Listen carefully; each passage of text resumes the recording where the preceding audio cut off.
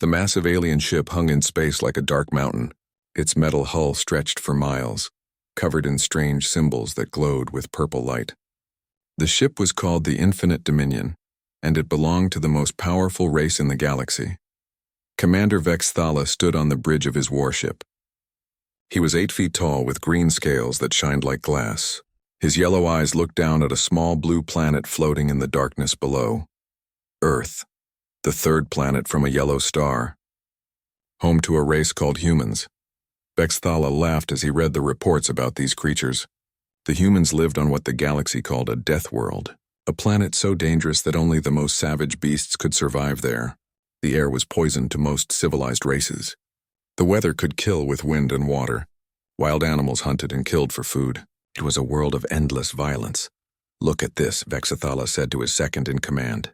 He pointed at the data on his screen. "These humans fight each other constantly. They have wars that last for years.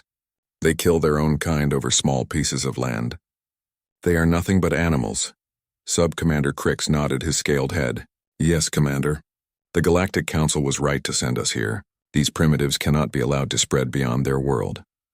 The Galactic Council ruled over 2,000 worlds. They brought peace and order to the galaxy. They decided which races could travel between the stars and which ones had to stay on their home planets. The Council had watched Earth for many years. They saw humans build crude rockets and tiny space stations. They saw them fight wars with simple weapons. The decision was made. Humans were too violent and primitive to join galactic society. They would be removed from their planet. Earth would be given to a more civilized race that could use it properly. Vex Thala had done this job many times before. He had conquered primitive worlds across the galaxy. Some races surrendered quickly when they saw his massive fleet. Others tried to fight but were crushed easily. None had ever won against the might of the Galactic Council. "Open a channel to the human orbital station," Vex Thala ordered. On the view screen, a human face appeared. The man had brown hair and blue eyes. He wore a uniform with strange markings. This was Captain Jake Morrison of the Earth Defense Force. "This is Captain Morrison of the Orbital Station New Geneva. State your business in our system." Vex Thala smiled, showing rows of sharp teeth. "I am Commander Vex Thala of the Zoraxian Empire. I speak for the Galactic Council. Your race has been judged unfit for space travel. You will surrender your planet immediately." Captain Morrison did not look afraid. He leaned back in his chair and crossed his arms. "And if we refuse?" "Then your world will be destroyed," Vex Thala said simply. "You are primitives from a death world. You know only violence and war. The galaxy has no place for such creatures." Behind Morrison, other humans moved around their small command center. They wore the same uniforms and had calm faces. Vex Thala had seen this before. Some primitive races tried to act brave even when facing certain death. "I see," Morrison said. "And how long do we have to consider this generous offer?" "You have one of your hours," Vex Thala replied. "After that, we will begin the bombardment of your major cities. Your resistance will be crushed and your people will be relocated to suitable prison worlds." Morrison nodded slowly. "I understand. I'll need to speak with my government." "Do not waste time with false hope," Vex Thala warned. "My fleet contains over 200 ships from a dozen different races. Each one is more advanced than your entire civilization. You have no weapons that can harm us. You have no shields that can protect you. Surrender now and some of your people may be allowed to live." The human captain was quiet for a moment. Then he spoke in a calm voice. "Commander Vex Thala, I've reviewed your fleet composition. Very impressive. But I have to ask you something. What is it, primitive? Have you ever fought someone who had nothing left to lose?" Vex Thala's yellow eyes narrowed. "Your threats do not frighten me, Deathworlder. I have conquered worlds before your species learned to make fire." Morrison smiled. It was not a happy smile. "That's not a threat, Commander. That's a question. You see, we humans have a saying. When you corner a wild animal, it becomes the most dangerous thing in the universe. Your animal wisdom means nothing against superior technology and training," Vex Thala said. "Maybe," Morrison replied. "But here's the thing about Deathworlders. We've been fighting to survive since the day we were born. Our planet tried to kill us with storms, earthquakes, diseases, and predators. We learned to fight back against everything. We learned to never give up." Vex Thala was growing tired of this conversation. "Your hour begins now, human. Use it wisely." The communication channel closed. Vex Thala turned to his crew. Around the bridge, dozens of Zoraxian officers worked at their stations. Each one was a trained warrior from a proud military tradition. "Begin scanning their defenses," Vexathala ordered. "I want to know the location of every human ship and weapon." The tactical officer reported back quickly. "Commander, they have 57 ships total. Most are small patrol vessels.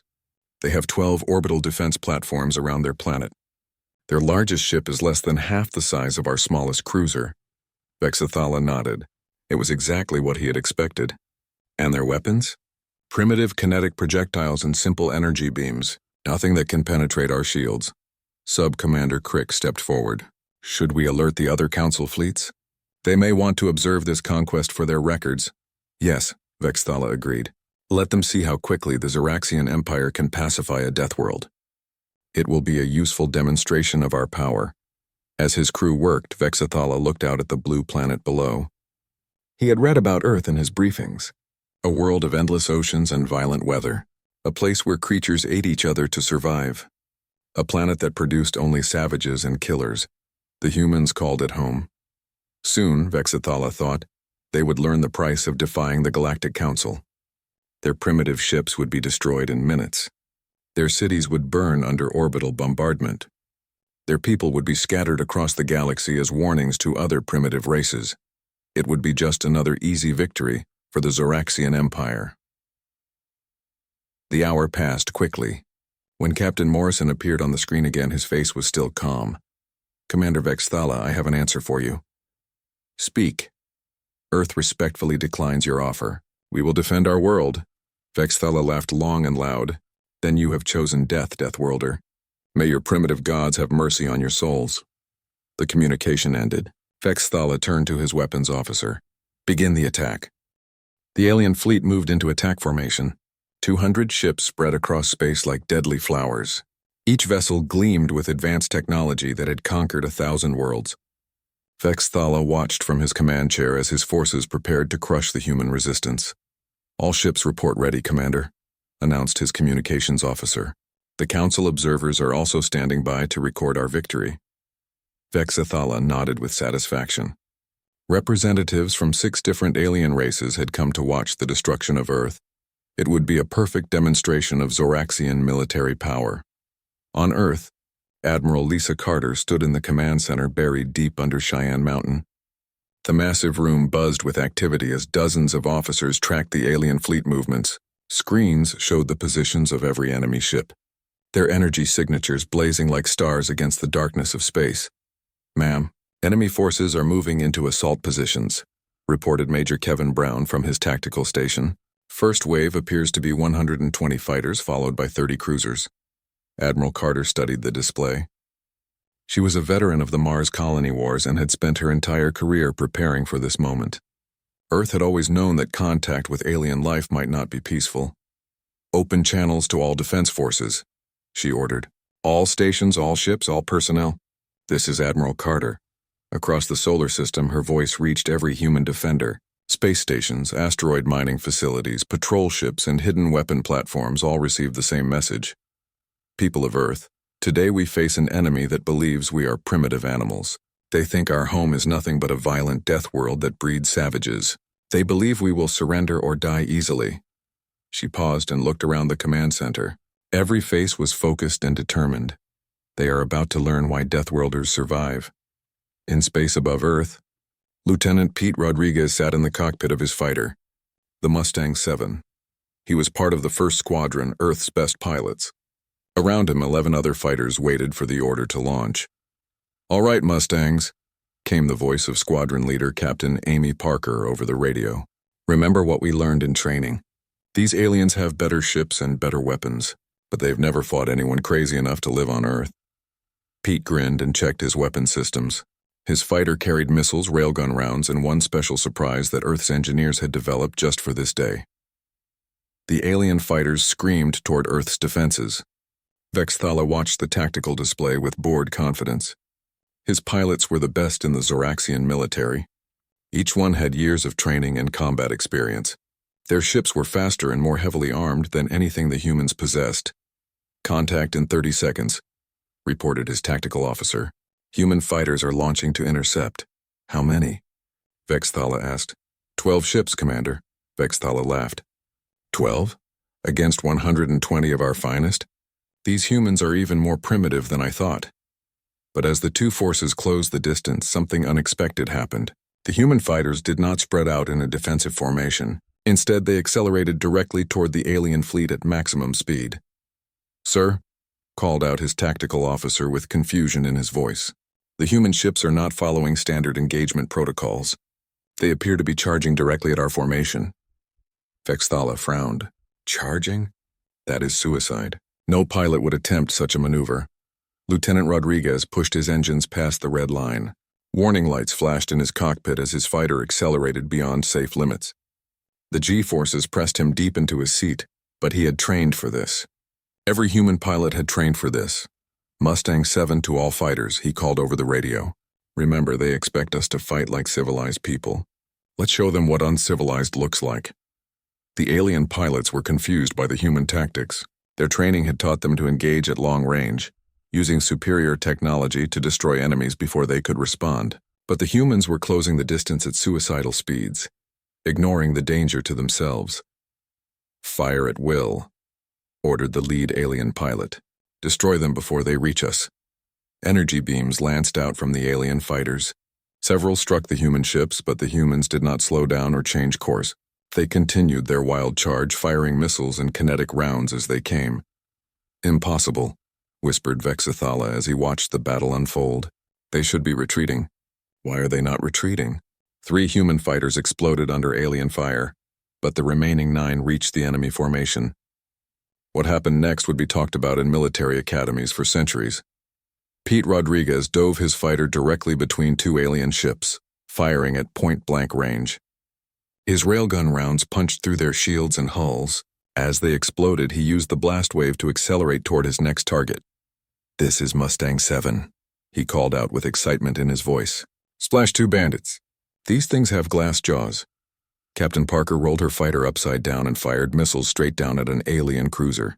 The massive ship tried to turn away, but human missiles were designed differently than alien weapons. They were not guided by complex computers. They were simple, fast, and deadly. Mustang leader to all ships, she announced. Target their bridge sections. These aliens build their ships like they expect fair fights. The alien pilots were now in complete confusion. The humans were using tactics that made no sense. They flew in patterns that should have killed them. They attacked from angles that were impossible. They seemed to care nothing for their own survival. Commander, called out Vexthala's tactical officer with growing alarm. We are taking heavy casualties. The human fighters are destroying our ships faster than we can target them. How is this possible? Vexthala demanded. They are primitives with inferior technology. His science officer, a thin Zoraxian named Dr. Veltar, studied the sensor readings with growing understanding.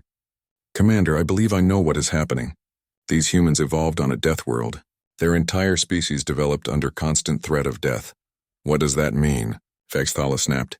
It means they think differently than we do, Dr. Veltar explained. We seek to minimize risk and maximize advantage. They seek to win regardless of cost. They are using tactics that we would never consider because we value our own lives too highly. On the tactical display, the battle was going badly for the Zoraxian forces.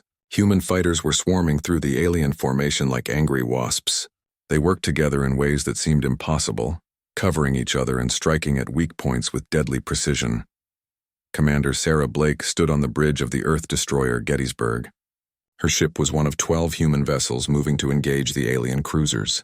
The enemy ships were 3 times larger and carried weapons that could destroy planets. Ma'am, called out her weapons officer, Lieutenant Danny Walsh. Enemy cruisers are targeting us with their main batteries. Good, Blake replied calmly. That means they think we're a threat. Helm, give me maximum acceleration toward the lead cruiser. Weapons, prepare the ram. Her crew exchanged glances.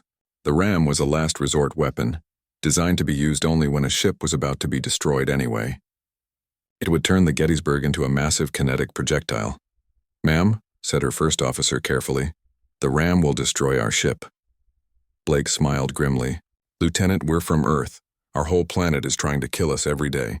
You think one alien ship scares us? The Gettysburg accelerated toward the enemy cruiser at full speed. Alien energy beams struck her hull, tearing away armor and causing explosions along her sides. But the human ship did not slow down. At the last second, Blake ordered her crew to the escape pods. Then she activated the ram and aimed her dying ship at the alien cruiser's reactor section. The explosion could be seen from Earth. Vexathala stared at his tactical display in shock. In less than 30 minutes, his superior alien fleet had lost over 40 ships to the primitive humans. His remaining forces were scattered and confused. "Sir," his communications officer called out, "Captain Morrison is requesting to speak with you." The human's face appeared on the screen. He looked calm and relaxed, as if he had just finished a pleasant conversation rather than a deadly battle. "Commander Vexathala, how are you enjoying your first fight with Deathworlders?" Vexathala could barely control his rage. "This is impossible. You are primitives. You should not be able to defeat our advanced technology." Morrison shrugged. "Maybe your technology isn't as advanced as you think. Or maybe you've never fought anyone who learned warfare from a planet that doesn't believe in mercy. We will crush you," Vexathala promised. "I will bring my dreadnought into this battle and end your resistance." "Looking forward to it," Morrison replied.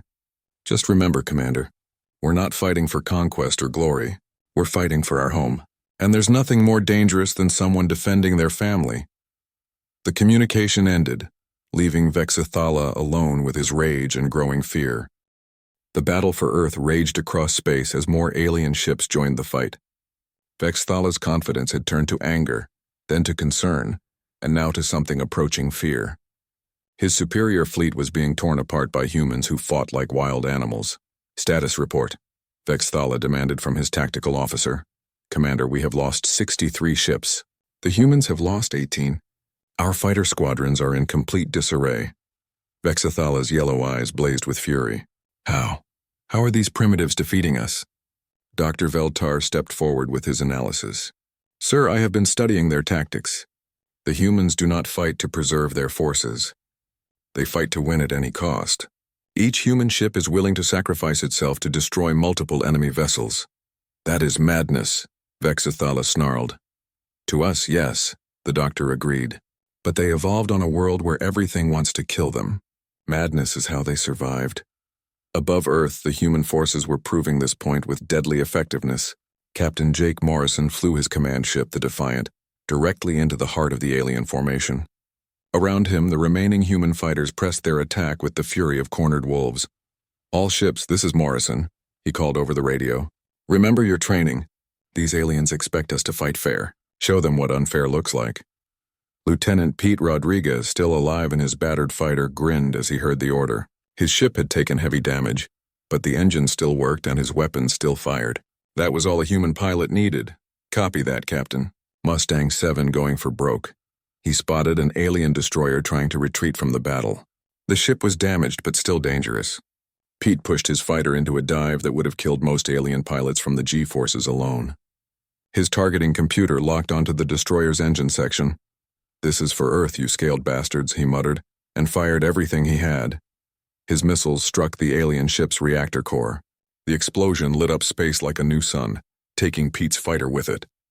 But the destroyer was gone, and 3 other alien ships were caught in the blast.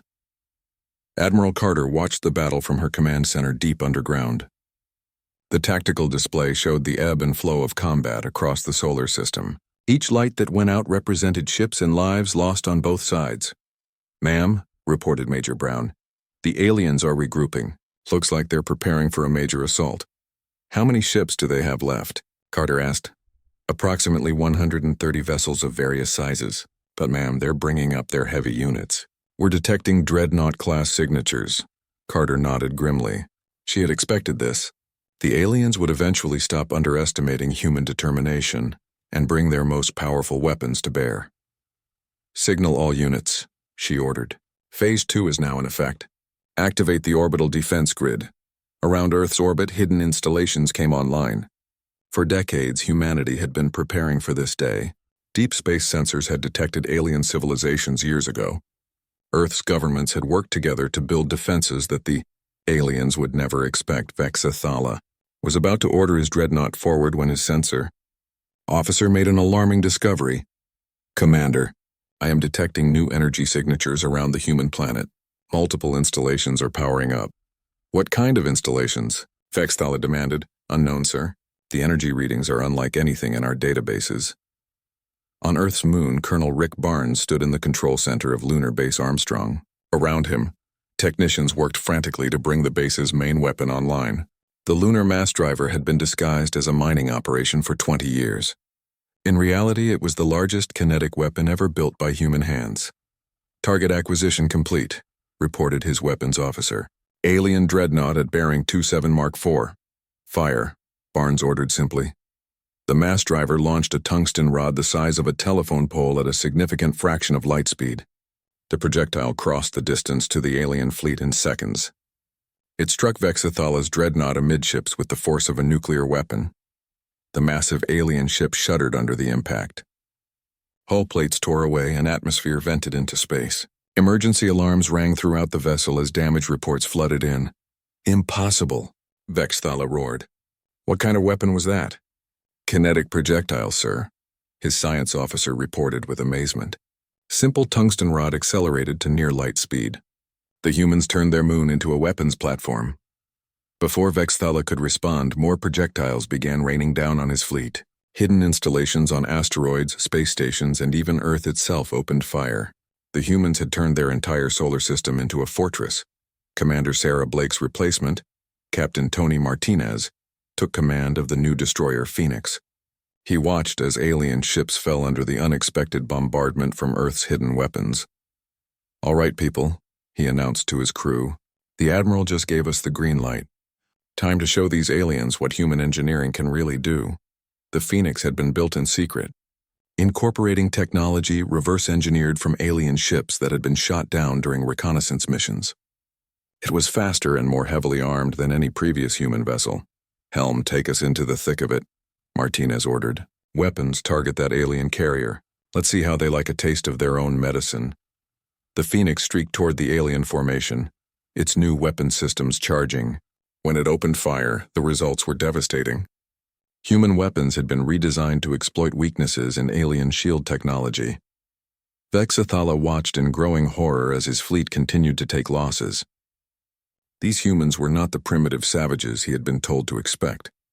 They were cunning, ruthless, and apparently had been preparing for this war for years. Sir, his communications officer called out. The other council fleets are requesting permission to withdraw. They say this is not what they were told to expect. Cowards, Vexthala spat. Order all ships to converge on my position. We will crush these Deathworlders through sheer numbers. But even as he gave the order, Vexthala knew that something had gone terribly wrong. His superior technology was being matched and countered by human ingenuity. His trained pilots were being outfought by humans who flew like maniacs. His carefully planned assault was falling apart. Captain Morrison's voice crackled over the communication channel. Commander Vexathala, are you ready to discuss terms? Never, Vexthala roared. I will see your world burn before I surrender to primitives. Primitives? Morrison's voice carried amusement. Commander, we've been watching your ships for 10 years. We know how your shields work, how your weapons function, how your tactics operate. We've had time to prepare. That is impossible. We have maintained perfect stealth, Morrison laughed. Perfect stealth? Commander, we live on a planet where apex predators hunt by hiding in plain sight. We learned to spot danger a long time ago. The truth began to dawn on Vexthala. The humans had known about the Galactic Council for years. They had been studying alien technology and preparing their defenses in secret. This entire assault had been expected. You see, Commander, Morrison continued, you made one critical error in your planning. What error? Vexthala demanded. You assumed that because we come from a death world we must be stupid. You thought that violence and chaos were signs of a primitive society. But you got it backwards. Morrison's voice grew cold and deadly serious. We don't come from a death world because we're violent and chaotic. We're violent and chaotic because we come from a death world. Every human alive today is descended from survivors. We are the children of beings who fought off predators, survived disasters, and conquered the most dangerous planet in the galaxy. And now, Morrison added with quiet menace, you've made the mistake of threatening our home. Across the battlefield, human ships pressed their attacks with renewed fury. They had given the aliens a chance to leave peacefully. Now they would show them why mercy was a luxury that Deathworlders could rarely afford. Vexthala looked at his tactical display and realized that his grand conquest had become a desperate fight for survival. The hunters had become the hunted. The civilized had been outmatched by the savage. For the first time in his long military career, Commander Vexthala began to consider the possibility of defeat. Vexthala's rage consumed him as he watched his fleet crumble under the human assault. Ships that had conquered worlds across the galaxy were being destroyed by primitives who should have surrendered hours ago. His perfectly planned invasion had become a nightmare. Enough, he roared, his voice echoing through the bridge of his massive dreadnought. If these Deathworlders want to play with superior beings, I will show them the true power of the Zoraxian Empire. His crew turned to look at their commander with concern. Vexthala's yellow eyes blazed with fury, and his scaled hands gripped the arms of his command chair hard enough to leave marks in the metal. Sir, his tactical officer said carefully, perhaps we should consider a strategic withdrawal. We can return with reinforcements. Withdrawal? Vexthala's voice dropped to a deadly whisper. I am Vexthala of the Zoraxian Royal House. I have never retreated from battle. I will not start with these primitive animals. He turned to his weapons officer. Charge the planetary bombardment cannons. If these humans will not surrender, I will turn their precious world into molten rock. The bridge crew exchanged worried glances. The planetary bombardment cannons were weapons of mass destruction, designed to crack the crust of entire worlds. Using them would violate dozens of galactic treaties. Commander, Dr. Veltar spoke up, the Galactic Council specifically ordered us to capture this world intact. If we destroy the planet, the Council gave me orders to pacify this system, Vexthala interrupted. I will accomplish that mission by any means necessary. Deep in the Earth's crust, Admiral Carter received reports of massive energy buildup aboard the alien dreadnought. Her face remained calm, but inside she felt a chill of fear. She had hoped it would not come to this. Ma'am, Major Brown reported, enemy dreadnought is charging what appears to be planet-killer weapons. Estimated time to firing range is 18 minutes. Carter nodded and opened a secure channel to the most classified facility on Earth. Colorado Base, this is Admiral Carter. Authorization code Broken Arrow, 77 Alpha. Activate Project Damocles. Thousands of miles away, in hidden bunkers across every continent, massive installations began to power up. Project Damocles was humanity's final insurance policy. If Earth was going to die, it would not die alone. Captain Morrison watched the alien dreadnought move into position and knew what was coming. The massive ship was over a kilometer long and armed with weapons that could boil oceans. If it reached firing position, Earth would be lost. All ships, this is Morrison, he called over the radio. The big ugly bastard is moving up to glass our planet. Time to stop playing nice. Around the solar system, human ships began converging on the alien dreadnought. They came from every direction, ignoring the smaller alien vessels that tried to stop them. Every human pilot knew that this was the moment that would decide the fate of their species. Lieutenant Commander Kate Wilson piloted the attack ship Hornet directly toward the dreadnought's massive hull. Her ship was fast and heavily armed, but it was still like a gnat attacking a whale. Hornet to all ships, she called out. I'm going for their main gun. Cover me. Negative, Hornet, came Morrison's voice. That's suicide. Sir, with respect, we're all from Earth. Suicide is just another word for Tuesday. Wilson pushed her engines to maximum and dove toward the alien dreadnought. Energy beams lanced out from its defensive guns, but she flew her ship through the deadly fire with the skill that only a Deathworlder could possess. Her missiles struck the dreadnought's forward cannon array, causing explosions that rippled along the massive ship's hull. But the damage was not enough to stop the planet-killer weapons. Aboard the alien dreadnought, Vexthala felt his ship shake under the human assault. Damage reports flooded in from all sections, but the main weapons were still operational. Sir, his weapons officer reported, charging sequence at 70%.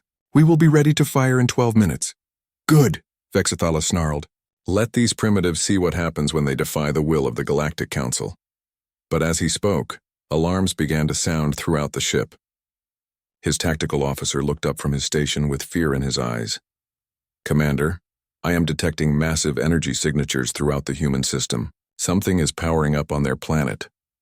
On Earth's surface, the hidden installations of Project Damocles reached full power. In the Australian outback, Colonel Rick Barnes stood before the largest railgun ever constructed. The weapon was 2 miles long and designed to accelerate projectiles to speeds that would make them unstoppable. "Target locked," reported his weapons officer. "Alien dreadnought at optimal range." "Fire for effect," Barnes ordered. The railgun launched a tungsten rod the size of a city bus at nearly the speed of light. The projectile tore through space faster than any alien sensor could track. It punched through the dreadnought's shields as if they were made of paper. The impact sent shockwaves through the massive alien ship. Hull plates the size of buildings were torn away. Entire sections lost atmosphere and power. Emergency lights flickered as the dreadnought system struggled to cope with the damage. But Earth was not finished. Across the planet, dozens of hidden railguns opened fire. The night sky lit up with streaks of light as tungsten rods streaked toward the alien fleet. Each projectile carried the kinetic energy of a nuclear weapon. Vexathala was thrown from his command chair as his ship shuddered under the bombardment. Around him, his bridge crew struggled to maintain control as systems failed throughout the massive vessel. "Report," he demanded, pulling himself to his feet. "Sir, we have taken catastrophic damage," his engineering officer called out. "Hull breaches on decks 5 through 15. Main power is failing. The planetary bombardment cannons are offline." For the first time in his long military career, Vexthala felt the cold touch of fear. These humans had turned their entire planet into a weapon. Every moon, asteroid, and space station was armed with kinetic weapons that could destroy capital ships. "How is this possible?" he whispered. Dr. Veltar, injured but still alive, struggled to his feet. "Commander, I believe the humans have been preparing for this day for decades. They knew we would come, and they prepared accordingly." As if to prove his point, more human ships approached the damaged dreadnought. These were not the small fighters that had harassed the alien fleet earlier. These were new vessels, sleek and deadly, armed with weapons that should not have been possible for a primitive civilization. Captain Morrison's voice echoed through the dreadnought's communication system. Somehow the humans had hacked into their secure channels. "Commander Vexathala, this is your final warning. Surrender now or we will finish what you started." "Never!" Vexthala roared. "I would rather die than surrender to primitives." "That can be arranged," Morrison replied coldly. "But first let me show you something." The main screen flickered and suddenly Vexathala was looking at Earth. But this was not the blue and green planet he had seen before. This was a world at war. Across every continent, massive installations were rising from hidden underground bunkers. Weapons that dwarfed anything in the alien fleet were pointing toward space. "You see, Commander," Morrison's voice continued, "you made a fundamental error in your planning. You thought that because we fight each other, we must be weak and divided. But you got it backwards." The image on the screen changed to show human cities. In every one, people were working together with the efficiency of a machine. Factories were producing weapons and ships at incredible speed. Soldiers were marching in perfect formation. The entire planet had become a single military force. "We don't fight each other because we're savage," Morrison explained. "We fight each other because it makes us stronger. Every war we've ever fought has taught us something new about combat. Every conflict has made us better at killing our enemies." Vexathala stared at the screen in growing horror. The humans had not been caught off guard by this invasion. They had been waiting for it. They had prepared for it. They had wanted it. And now, Morrison's voice dropped to a deadly whisper, "You've given us a chance to show the galaxy what we've learned." Across space, the remaining alien ships found themselves surrounded by human vessels that seemed to appear from nowhere. Hidden bases throughout the solar system revealed themselves, adding their firepower to the human fleet. Vexathala realized with growing despair that he had not been fighting a desperate defense. He had been fighting a carefully planned trap. The humans had allowed him to bring his fleet close to their world, then sprung their snare. "All ships," he called out to his remaining forces, "concentrate fire on my position. If we are to die, we will take as many of these Deathworlders with us as possible." But even as he gave the order, Vexthala knew it was too late. The hunters had become the hunted. The civilized had been outmatched by the savage. The primitive Deathworlders were about to teach the galaxy a lesson it would never forget. The final battle for Earth reached its climax as human forces surrounded the crippled alien dreadnought. Vexthala's massive ship hung in space like a wounded beast, its hull torn open by tungsten projectiles and its weapons systems failing. Around it, The remnants of his once mighty fleet fought desperately against an enemy they had never expected to face. Captain Morrison stood on the bridge of his command ship, watching as human vessels closed in for the kill. But he had a different plan in mind. Destroying the alien fleet would be easy now. Teaching them a lesson they would never forget required something more. "All ships, this is Morrison," he called over the radio. "Prepare for boarding operations. We're going to take that dreadnought intact." His crew looked at him with surprise.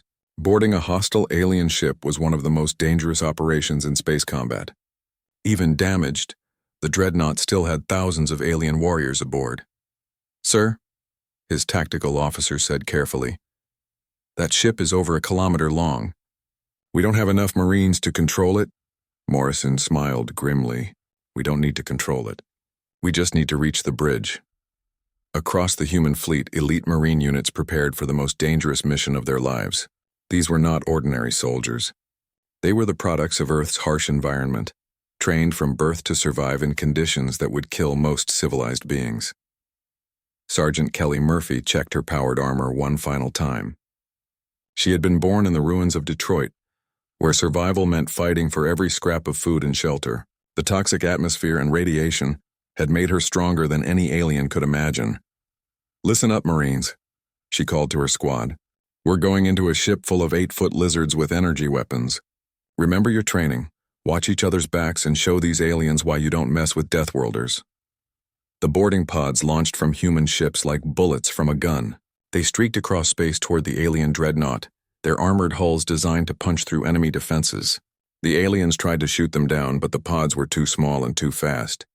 Vexathala watched in disbelief as the human boarding pod struck his ship. Explosions echoed through the hull as the pods burned their way through armor plating that should have been impenetrable. "Intruder alert," his security officer reported. "Human forces have breached the hull in 17 locations. They are advancing toward critical systems." "How many?" Vexathala demanded. "Approximately 200 Marines, sir." Vexathala laughed bitterly. 200? Against 5,000 Zeraxian warriors? They are even more insane than I thought. But his laughter died as the reports began to come in. The human Marines were not fighting like any enemy he had ever faced. They moved through his ship like deadly ghosts, striking from shadows and disappearing before his forces could respond. Sergeant Murphy led her squad through the alien corridors with deadly efficiency. The ship's atmosphere was toxic to humans, but their armor protected them. The gravity was wrong, but they adapted. The architecture was alien, but they learned. "Contact front," called out Corporal Steve Adams as Zeraxian soldiers appeared around a corner. The aliens were massive, armed with energy weapons that could cut through steel. They should have been unstoppable, but they had never fought humans before. Murphy dove to one side as energy beams filled the corridor. Her squad spread out with movements that seemed random, but were actually precisely coordinated. They had trained for this in the urban ruins of Earth, where teamwork meant survival and hesitation meant death. "Grenades," Murphy ordered. The human weapons were simple compared to alien technology: chemical explosives, metal fragments, and kinetic force. But they were effective. The blast sent the Zeraxian soldiers flying, their advanced armor no match for primitive human brutality. As the Marines fought their way deeper into the ship, Captain Morrison prepared for his own mission. He was going to the bridge to face Vexathala in single combat. It was a gesture that would be understood across the galaxy, the human leader challenging the alien commander to personal battle. Morrison wore simple combat armor and carried only basic weapons: a kinetic pistol, a combat knife, and the determination of someone defending his homeworld. He made his way through the ship's corridors, following the path his Marines had cleared. Behind him, Admiral Carter monitored the battle from her command center on Earth. The tactical display showed human forces systematically taking control of the alien dreadnought. It was a masterpiece of military planning and execution. "Ma'am," Major Brown reported, "we're receiving surrender requests from the remaining alien ships. They want to withdraw from the system." Carter considered the request. Earth had won the battle, but the war for galactic recognition was just beginning. "Signal all alien vessels," she ordered. "They may withdraw, but they will carry a message to the Galactic Council." "What message, ma'am?" "Earth is under human protection. Any future attempts at invasion will be met with extreme prejudice." On the dreadnought's bridge, Vexathala prepared for his final stand. His crew was dead or had fled. His ship was captured. His fleet was destroyed. All that remained was his honor as a Zoraxian warrior. The bridge doors exploded inward as human marines breached the final barrier. But it was not the marines who entered first.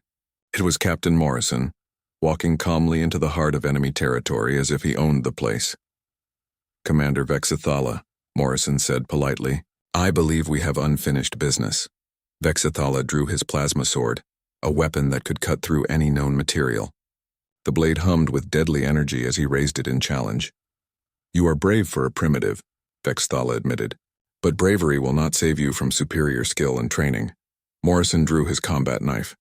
It was a simple steel blade, worn smooth by years of use. His grandfather had carried it in the Third World War. His father had used it in the Mars colony conflicts. Now it would taste alien blood. "Superior training?" Morrison asked with amusement. "Commander, I learned to fight on a world where the weather tries to kill you every day, where wild animals hunt humans for sport, where survival means being harder, faster, and meaner than everything else on the planet." The two warriors circled each other on the alien bridge. Vexathala was larger, stronger, and armed with advanced technology. Morrison was smaller, apparently weaker, and carried primitive weapons. But there was something in the human's eyes that made Vexathala nervous. A cold calculation that spoke of endless violence and the will to do whatever was necessary to win. "You mocked us for being Deathworlders," Morrison said as they fought. "You thought it made us primitive and savage. But you never asked the important question." Vexathala swung his plasma sword in a deadly arc. Morrison ducked under the blade and came up inside the alien's guard. His knife found the gap between armor plates and drew blood. "What question?" Vexathala gasped as he stumbled backward. "If our world is so dangerous that only savages can survive there," Morrison replied, advancing for the kill, "what does that make us?" The fight was brief but vicious. Vexathala had centuries of formal training and superior technology. Morrison had a lifetime of experience in a universe that showed no mercy to the weak. When it was over, the alien commander lay defeated on the deck of his own bridge. Morrison stood over him, bloodied but victorious. "You fought well," Vexathala admitted with his dying breath. "I underestimated your species." "Most people do," Morrison replied. "Until it's too late." Across the solar system, the battle was ending. Human ships moved among the wreckage of the alien fleet, rescuing survivors and securing prisoners. The attempted invasion had become a complete disaster for the Galactic Council. Admiral Carter's voice echoed through every human ship and station. "People of Earth, today we faced an enemy that thought we were primitive animals. They believed our world was nothing but a violent wasteland that bred savages." She paused, looking out at the stars that no longer seemed so distant or threatening. They were right about one thing. Earth is a violent world that breeds savages. But they forgot that sometimes the savages win. 6 months later, the first human ambassador ship approached the Galactic Council's capital world. It was escorted by a fleet of human warships, their hulls bearing the scars of battle, and their crews ready for anything the galaxy could throw at them. The council chambers fell silent as Captain Morrison entered. He wore a simple uniform and carried himself with the quiet confidence of someone who had seen the worst the universe had to offer, and survived. "Honorable members of the Galactic Council," he began, "Earth comes before you not as a conquered world seeking mercy, but as a sovereign planet demanding recognition." The alien delegates looked at him with new respect. Word of the battle had spread across the galaxy. Every race now knew what happened when you underestimated a Deathworlder. "We offer trade, friendship, and cooperation," Morrison continued. "But we also offer a warning. Earth is under human protection. We will defend our world and our people against any threat, foreign or domestic." He looked around the chamber, meeting the eyes of beings from 100 different worlds. "You called us savages from a death world. You were right. We are exactly that. And now the galaxy knows what Deathworld savages can accomplish when they set their minds to it." The Galactic Council voted unanimously to grant Earth full membership.